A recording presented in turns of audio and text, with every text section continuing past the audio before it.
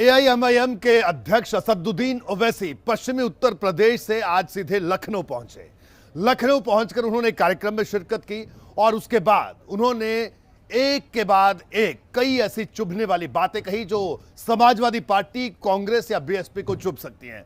असदुद्दीन ओवैसी ने कहा कि खुद को धर्मनिरपेक्ष करने वाली पार्टियों ने मुसलमानों को गुलाब जामुन समझा कि चाहे जब मन किया खा लिया। असदुद्दीन ओवैसी का यह कहना था कि वही मुसलमानों के असली हिमायती हैं।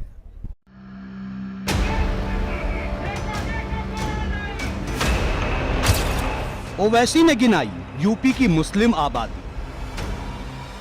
उत्तर प्रदेश की सबसे बड़ी माइनॉरिटी जो आबादी में 19% उनका शेयर है, ये उनकी बदहाली का फिगर है। उनको आईना दिखाना था। मुस्लिमों की बदहाली पर ओवैसी की पतंगबाजी। अखिलेश पर ओवैसी का गुलाब जामुन अटैक।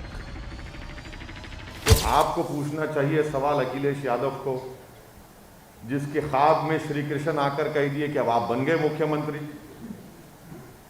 इनसे पूछिए कि भाई आपके ख्वाब में ये स्कूल नहीं आते क्या?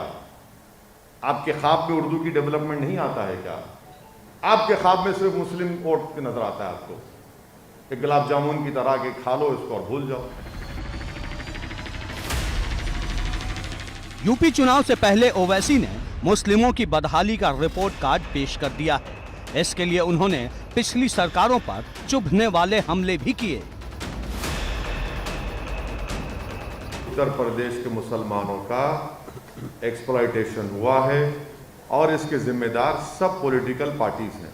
और हम ये डिमांड करते हैं कि उत्तर प्रदेश के मुसलमानों के डेवलपमेंट के लिए स्कूल्स ज़्यादा खोले जाएं।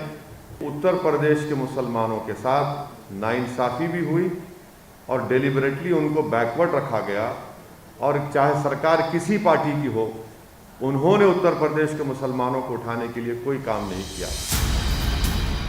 यूपी की 100 सीटों को फतेह करने का ख्वाब लेकर जब ओवैसी लखनऊ पहुंचे तो उनकी जुबान पर सिर्फ और सिर्फ मुसलमानों का जिक्र छाया रहा। एक संस्था की रिपोर्ट को उन्होंने पढ़ना शुरू किया और मुस्लिम समाज की तकलीफों का समंदर सामने रख दिया। ओवैसी ने कहा कि 71% मुस्लिम या तो अशिक्षित हैं या प्राइमरी लेवल से भी कम पढ़े हैं।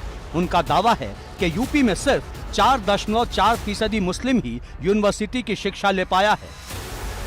ओवैसी ने कहा कि 48% मुस्लिम के पास खुद की जमीन भी नहीं, जबकि यूपी में सिर्फ 1.7% मुसलमानों के पास ही 5 एकड़ से ज्यादा जमीन है। उनका दावा है कि गाजियाबाद, लखनऊ और मुरादाबाद में 30% मुसलमानों के ही बैंक अकाउंट हैं, जबकि संभल और बहराइच में सबसे कम मुस्लिमों के बैंक अकाउंट हैं। ओवैसी ने कहा कि यूपी से बाहर कमाने वालों में 100 में से 51 लोग मुस्लिम समाज के हैं। इन आंकड़ों को आधार बनाकर ही ओवैसी मुस्लिमों को रिझाने की कोशिश कर रहे हैं। उत्तर प्रदेश के उन सेकुलर जहन रखने वाले लोगों के सामने ये रिपोर्ट जाएगी, उत्तर प्रदेश के मुसलमानों के पास ये रिपोर्ट जाएगी और वो इस बात का फैसला कर ले कि कौन उनको इस्तेमाल कर रहा है, कौन उत्तर प्रदेश के मुसलमानों को उनका वोट लेकर उनको दबाया जा रहा है और कौन वोट कटवा भी है। ये डेटा इन तमाम बातों, इन सवालों का जवाब देगा। मुझे इस पर और ज़्यादा बोलने की ज़रूरत नहीं है।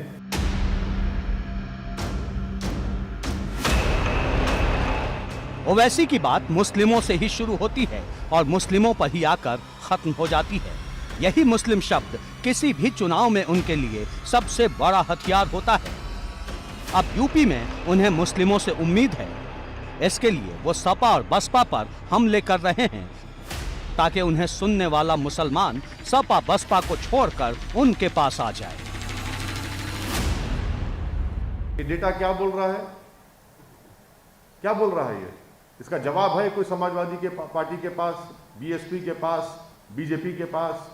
और मदरसा एजुकेशन के बारे में आपसे कह दूं कि पार्लियामेंट में मैंने सवाल उठाया था। मुख्तार अब्बास नकवी ने यह कहा था कि उत्तर प्रदेश में जो जो स्कीम है सेंट्रल गवर्नमेंट की मदरसा मॉडर्नाइजेशन की, उसमें ना स्टेट गवर्नमेंट तनख्वाह दे रही है, ना योगी सरकार उनको उनका शेयर दे रही है, 40-60 का जो शेयर है। पार्लियामेंट के फ्लोर पर मुख्तार नकवी साहब वादा करे कि मैं रिलीज करूंगा पैसों को, जो 2 साल की तनख्वाह के पैसे नहीं दिए, अब तक नहीं दिए गए। तो ये इनकी ही मिसाल है। ओवैसी यूपी की 100 सीटों पर दम दिखाने निकले हैं। वो लगातार पश्चिमी यूपी में जनसभाएं कर रहे हैं। उनका पहला टारगेट समाजवादी पार्टी और अखिलेश यादव हैं। अब उनकी ये रणनीति बिहार जैसी कारगर होगी या बंगाल जैसी फेल, इसका इंतजार सबको है। एबीपी गंगा के लिए